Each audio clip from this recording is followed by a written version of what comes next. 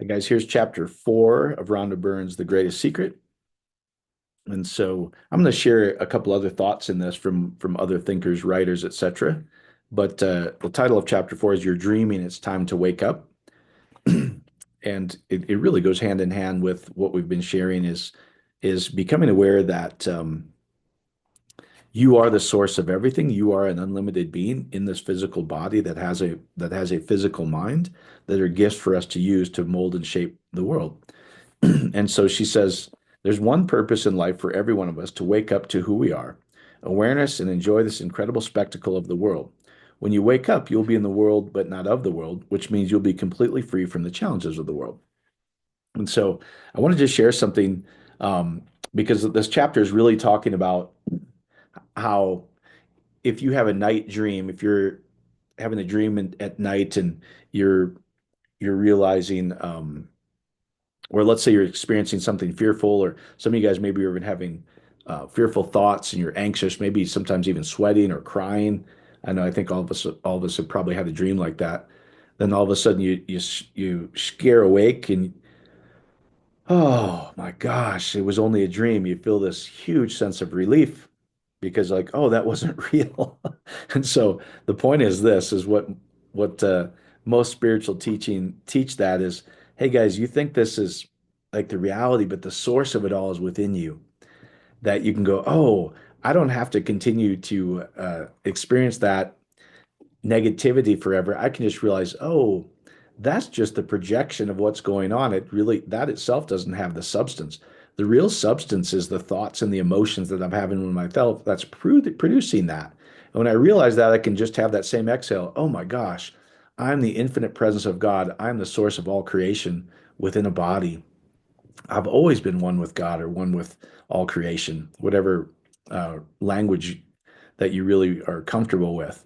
And so, anyway, I wanted to share this because there's a this really, what talking about, hey, you're in this dream world. It's time to wake up and realize this is just a reflection or a dream.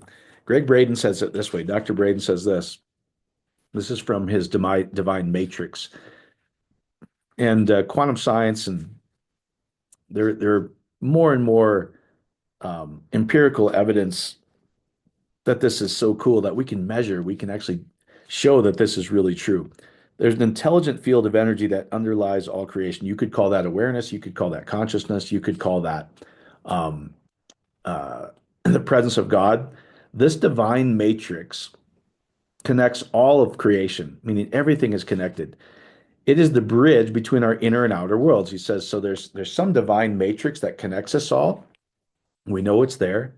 Um, because there's experiments that are really cool where they can take a cell out of your body that and move it hundreds of miles away and put a test, give you a stimulus in this body, and that cell from your cheek cell, for instance, that's hundreds of miles away, in the exact same moment, as if there's no space and time, meaning there's something that connects every one of us that is us, that cell reacts just as if it was attached to the body.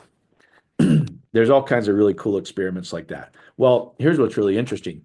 If we all came out of the same substance, which is the presence of God, the source of all life, then we're still connected in a way. And that's what they're showing is a change in one time and space of energy changes in all times and spaces, which is really kind of interesting. And so he says there's this bridge, there's something that holds everything together. We could call it the spirit realm.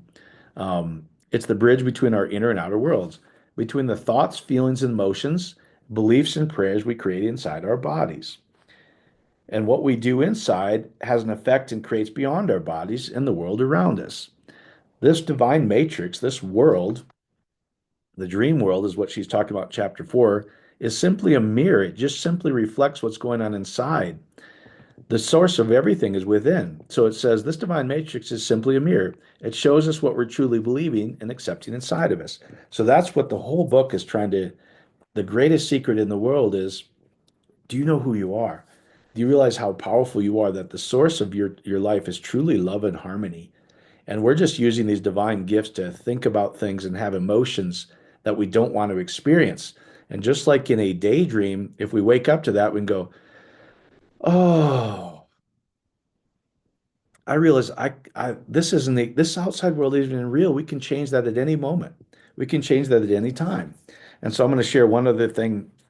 This is also from Greg Braden. I think you can probably still find this on YouTube, where he talks about a medicineless hospital where I'm just going to kind of read this because there's a medicineless hospital, and in that video, there's an ultrasound where you can see this cancerous tumor on this woman's bladder, and all these all the meditators or the divine practitioners they call them, or the people that know who they are and know how to pray correctly is probably um, the best way to describe it.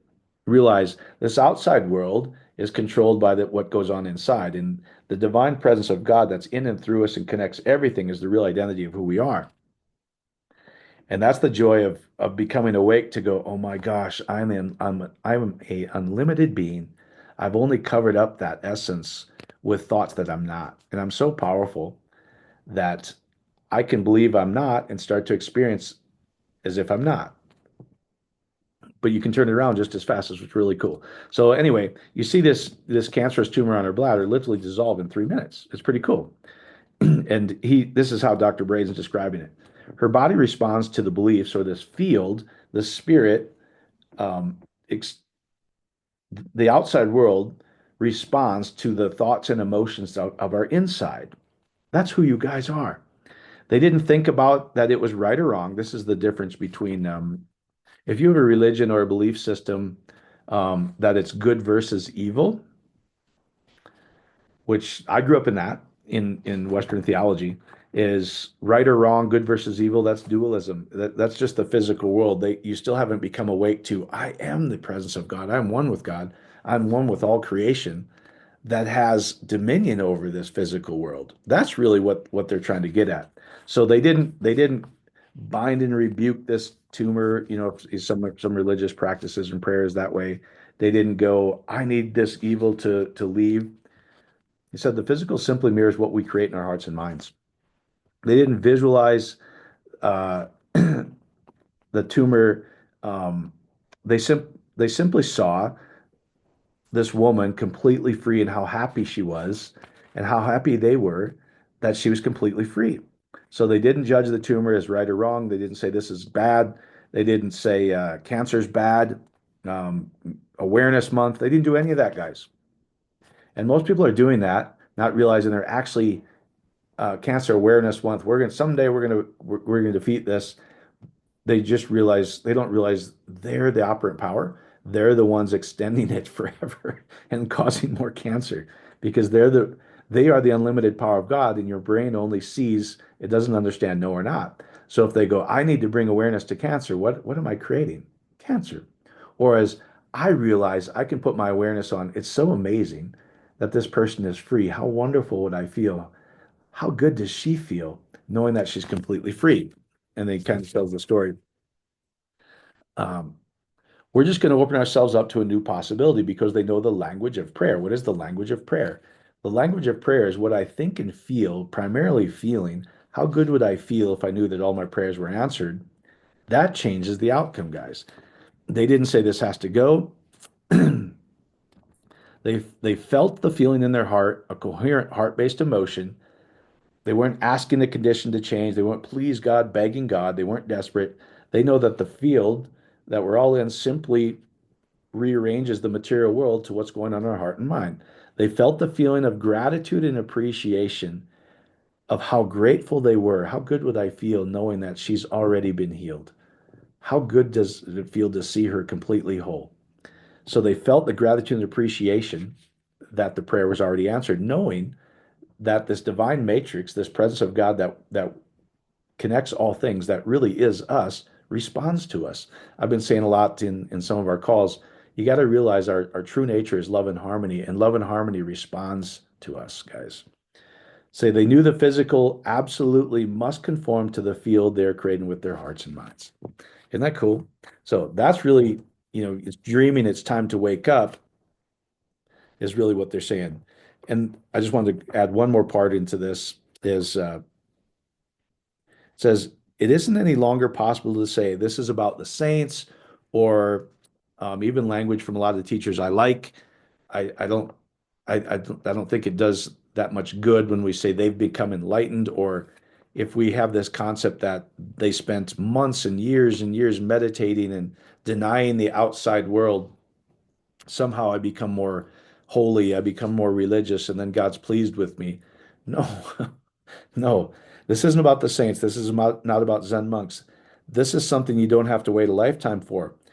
This isn't only for serious spiritual practitioners or for people who don't revel in the physical life, meaning I'm going to deny myself all physical comfort, or for people who believe a certain way, where if I have a certain faith in something, I become part of the God club. That's not how it works, guys. You do not have to earn this or deserve it, meaning there's nothing you can do that there's this outside God on the clouds going, oh, they're a good person. Now I'm going to reward that. No, no, no. The world and the material world simply reflects what's going on in here. It's free. It's already here. It isn't a reward. It's innate. So here's what I want you to know. It's innate, guys, meaning abundance isn't something that you have to go become a guru to have. It's your birthright.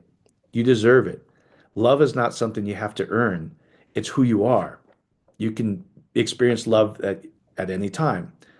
Divine health and wholeness and a healthy heart and mind is not something I need to produce by certain habits that I eat this way or do anything else. As Joe Dispenza would say, that's matter trying to bend matter.